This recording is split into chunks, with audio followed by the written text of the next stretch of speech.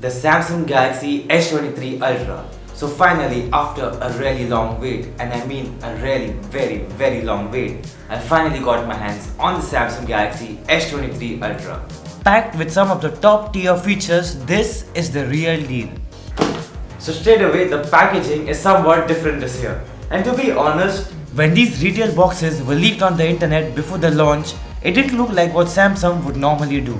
But now that the S23 Ultra is out, this is the new packaging for the S23 series, which honestly gives it a much fresh and appealing look.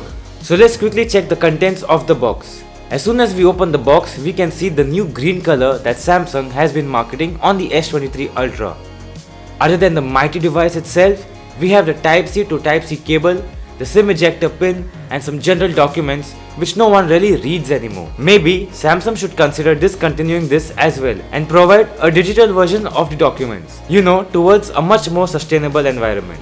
The new Samsung Galaxy S23 Ultra has definitely got its looks from its successor, the Samsung Galaxy S22 Ultra, which is almost identical, but this time with a much less rounded side bezels, making this device much more boxy and easier to grip, and a noticeable different feel when holding the device. We also have a much flush volume rocker and power button on the side of the device itself. Another noticeable change is the size of the camera lenses. The Galaxy S23 Ultra has bigger camera lenses as compared to the Galaxy S22 Ultra, and the rings of the lens are also color matched to the device itself. Other than that, there is no way of telling which device is which. Now, the Galaxy S23 Ultra undoubtedly is the ultimate package, packed with top-of-the-line premium features that Samsung has to offer.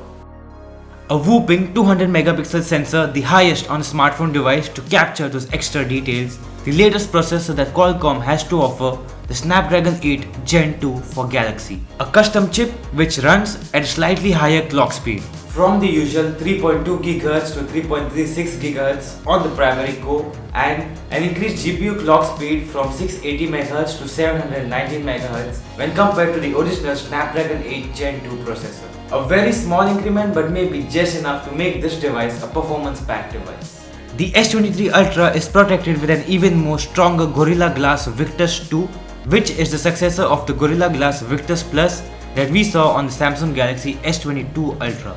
A larger cooling solution compared to last year's Galaxy S22 Ultra to keep the device's temperature in check, especially during those high graphic intensive gaming. A new 12 megapixel front facing shooter, which is a downgrade resolution wise as opposed to the 40 megapixel front camera on the Galaxy S22 Ultra, but an upgrade to the sensor itself to shoot better videos and photos. Now, the only thing left is to use this beast of a device so I can get a clearer picture of where this device stands and how well the Snapdragon 8 Gen 2 for Galaxy performs. The battery life is also something that I'm looking forward to, as there have been creators out there who've shown that the Galaxy S23 Ultra can run a really long marathon and can also come close to beating the Apple iPhone 14 Pro Max. So stay tuned and subscribe to my channel so you don't miss out my next video. Peace out.